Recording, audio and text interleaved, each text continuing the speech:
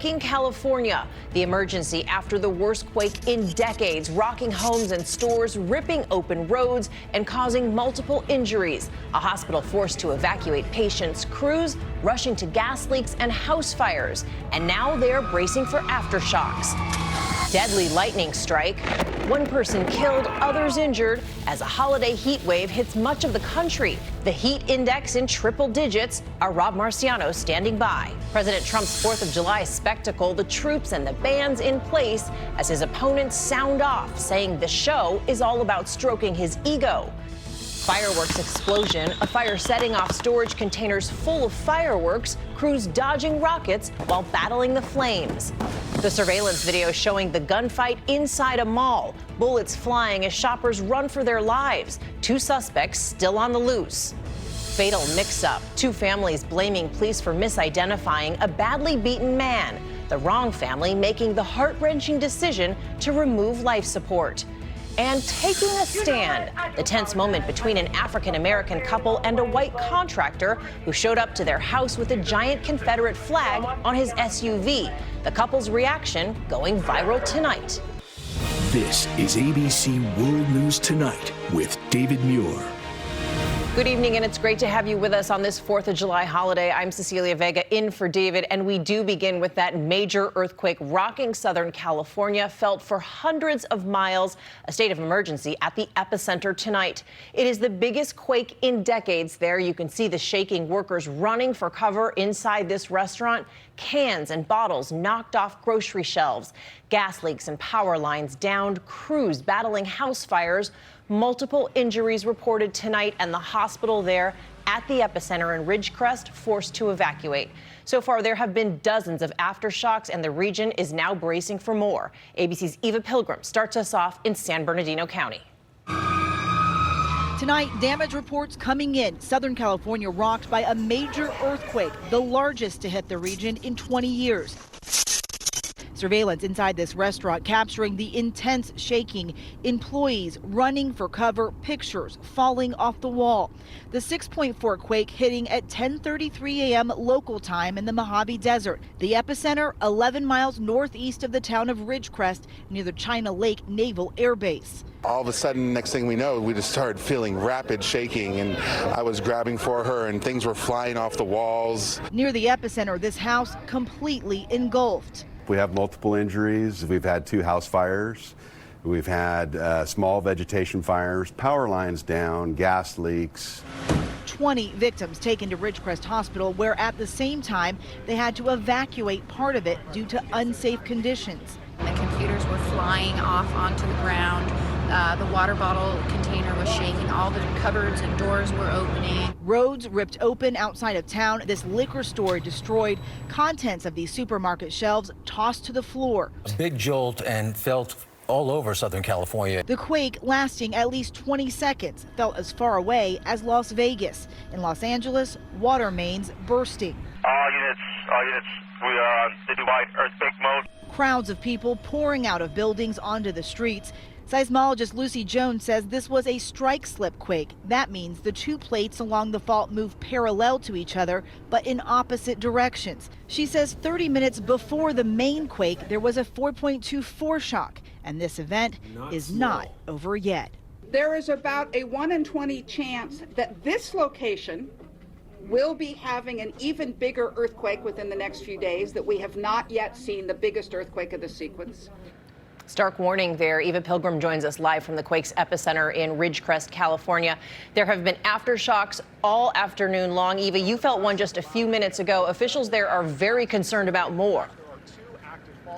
That's right, Cecilia. We felt aftershocks just here just a minute ago. I was actually standing, I want to show you down here, and you can see how much the earth has moved in this quake. You can see the water main pipe here completely moved apart. That was done by the earthquake, and the water now pooling down here. We've felt about 100 plus aftershocks in the aftermath, and officials say at least 10 of those have been 4.0 or higher, and we're told that there could be one even bigger than that. That is why the mayor has declared a a state of emergency. Cecilia? Eva Pilgrim leading us off tonight from California. Thank you. We'll turn now to the dangerous holiday weather. One person killed, several injured by a lightning strike in South Carolina. This lightning strike here, part of a severe storm in Arcadia, Florida. In Jacksonville, there a heavy downpour downing a giant tree onto a home. Fortunately, no one was inside at the time. And now a tornado watch as we head into the night. Here's ABC senior meteorologist Rob Marciano. Tonight, it's not just the heat, but also lightning and severe weather putting millions at risk. Responsible restitution of caller advised that there were 4 unresponsive people down by the river. At least one person killed after lightning struck a tree outside of Charleston, South Carolina. And watch this terrifyingly close call near Tampa, Florida. Wow! In North Carolina, firefighters there rushing to the scene after a home was hit. I heard another pop. And so I started freaking out. The severe weather fueled by extreme heat. Parts of the southeast feeling like 100 degrees or more. Outside of Chicago in Niles, Illinois, firefighters said it felt like 110 degrees when this man spotted a baby inside a car at a grocery store. He was drenched in his own sweat. So I unbuckled the seatbelt, I picked him up and just ran back inside. The child expected to be okay. The child's mother now facing charges. And Rob joins us now from Mamaroneck, New York, with the latest forecast. Hey, Rob. Hi, Cecilia. That dangerous heat certainly helped spawn some of the widespread storms. That tornado watch you mentioned, here it is. It now includes Denver and Colorado Springs and parts of Wyoming, Casper to Rapid City. Severe thunderstorm watch up there. We've had numerous thunderstorms from Missouri through the Mid-Atlantic, the Carolinas, and Florida. That's where that humidity, really steamy area is, and it feels like 100 degrees in Tuscaloosa, over that in New Orleans and Tallahassee.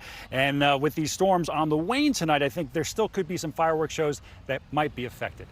Cecilia. Okay, Rob, thanks so much. In Washington tonight and President Trump's 4th of July spectacle, bands rehearsing in front of the Lincoln Memorial this afternoon, crowds gathering in the shadow of one of the Abrams tanks that rolled into town.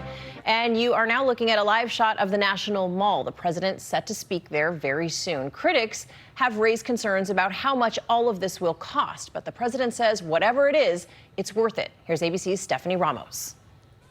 Tanks are on site, troops are running drills. But late today, the weather not cooperating. Today's event has been delayed.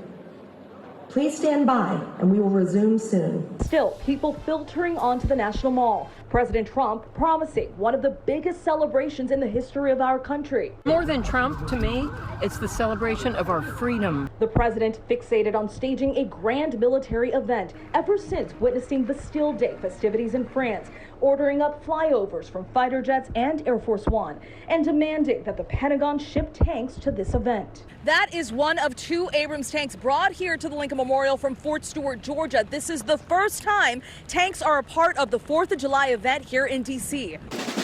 The White House won't put a price tag on the festivities. The president says whatever it is, it will be worth it. His opponents don't buy it.